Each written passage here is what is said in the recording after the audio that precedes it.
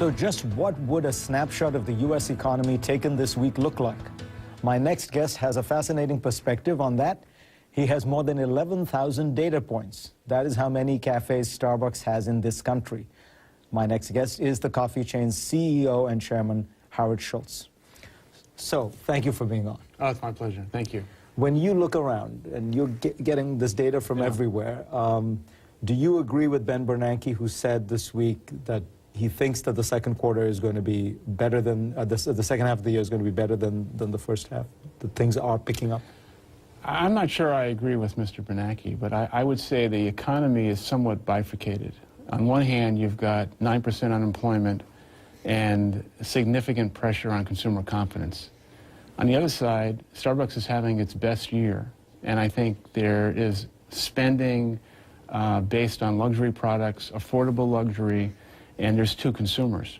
My concern in terms of Mr. Bernanke's comments is just the crisis of confidence that exists as a result of the dysfunctionality in Washington that is creating a cloud over the country, and as a result of that, my confidence of the second half of the year is not as strong as what he would suggest.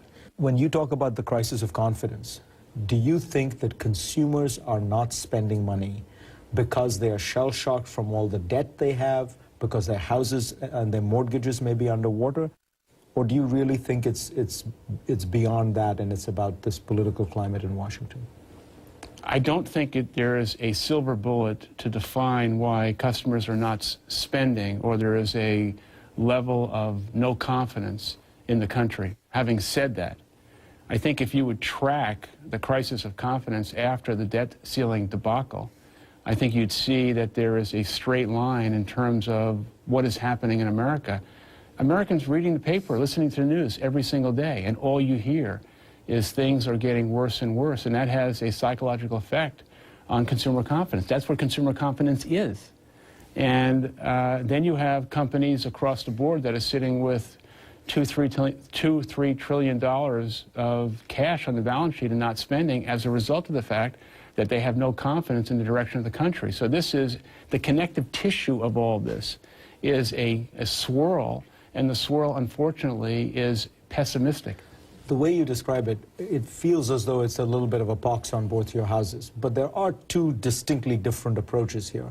The president is out there with a jobs plan, which is basically unemployment insurance extensions, tax breaks, cuts in the payroll tax, an infrastructure bill, too modest for my taste, but still, it's something. On the Republican side, you have people saying what you need more than anything else is to cut government spending, cut the deficit. Which of them would you prefer to see? I don't think it's one versus the other. I think what you just described is the problem. It's not one versus the other. It is we need cooperation and we need co-authorship. We need a combination of both. Let me take a different tact if I can. In the mid-1940s, something was created.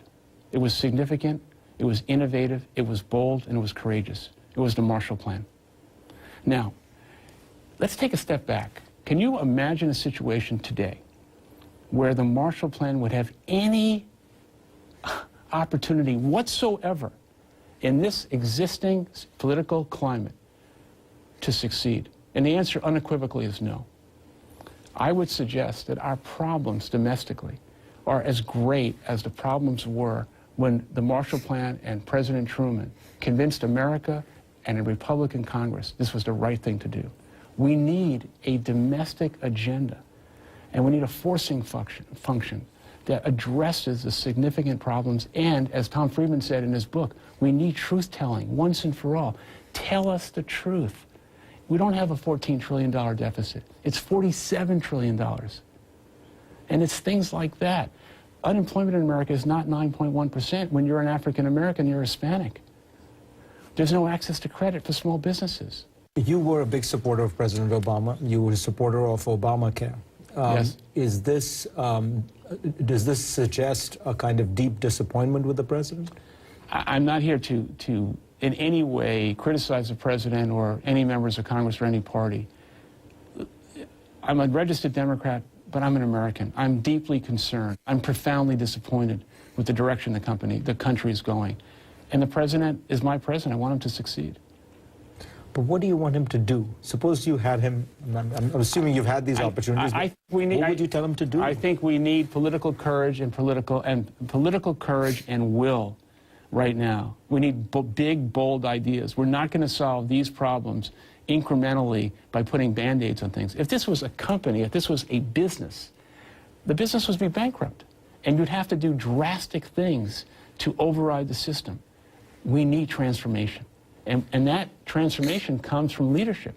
We're in a crisis. We need decisiveness. I want to say something. I know I'll be criticized for this. I don't think this is that hard. I don't.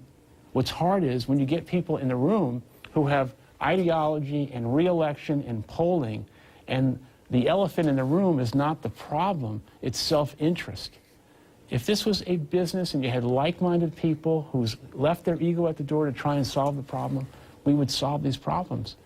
But you want to defund politicians, right? You made this appeal that you want people to withhold campaign contributions. Correct. What do you hope to achieve?